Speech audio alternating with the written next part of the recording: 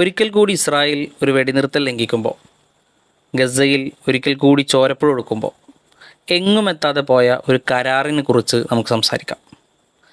1993 സംഭവം. നോർവേയിലെ ഓസ്ലോയിൽ വെച്ചുകൊണ്ട് അന്നത്തെ ഫലസ്തീൻ ലിബറേഷൻ ഓർഗനൈസേഷൻ നേതാവായിരുന്ന യാസർ അറഫാത്ത്, അന്നത്തെ ഇസ്രായേൽ പ്രധാനമന്ത്രിയായിരുന്ന ഇസ്ഹാഖ് റബിൻ, അതുപോലെ തന്നെ വിദേശകാര്യമന്ത്രിയായിരുന്ന ഷിമോൺ പെരസ്, ഇവർ 3 പേരും ചേർന്നുകൊണ്ട് ഓസ്ലോയിൽ വെച്ചൊരു ധാരണയിലെത്തുകയും പിന്നീട് അമേരിക്കൻ പ്രസിഡന്റ് ബിൽ ക്ലിൻ്റൻ്റെ സാന്നിധ്യത്തിൽ അതൊരു കരാറായി അതിലൊപ്പിടുകയും ചെയ്ത ഓസ്ലോ കരാർ. 93 സെപ്റ്റംബർ 13 ഈ കരാറിൽ ഒപ്പിടുന്നത്.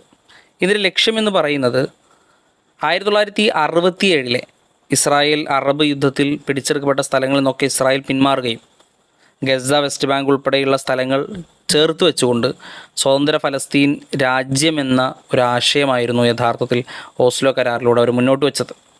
ഇതിലൂടെ കാലങ്ങളായി ഇസ്രായേൽ ഫലസ്തീനികൾക്കിടയിൽ നടക്കുന്ന പ്രശ്നങ്ങൾക്കൊരു ശാശ്വതമായ പരിഹാരം നേടാം എന്നതായിരുന്നു അവർ കണക്കൂട്ടിയത്.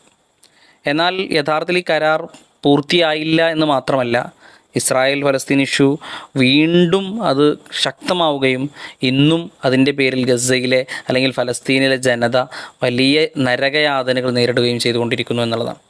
1995 അന്നത്തെ ഇസ്രായേൽ പ്രധാനമന്ത്രിയായിരുന്ന ഇസ്ഹാഖ് റബിൻ വെടിയേറ്റ് മരിച്ചതോടെ പിന്നീട് ഈ കരാറിലെ നടപടികളൊന്നും പൂർത്തിയായില്ല. ശേഷം വന്ന ഇസ്രായേൽ പ്രധാനമന്ത്രിമാർക്ക് ഒരാൾക്കും ഇത്തരത്തിലൊരു ഫലസ്തീൻ രാഷ്ട്രം, സ്വതന്ത്ര ഫലസ്തീൻ രാഷ്ട്രം എന്നൊരു നയത്തോട് ഒരു താല്പര്യവും ഉണ്ടായിരുന്നില്ല എന്നതാണ് യഥാർത്ഥത്തിൽ ഈ കരാർ പരാജയപ്പെടാനുള്ള ഒരു കാരണമായി ചൂണ്ടിക്കാണിക്കപ്പെടുന്നത്.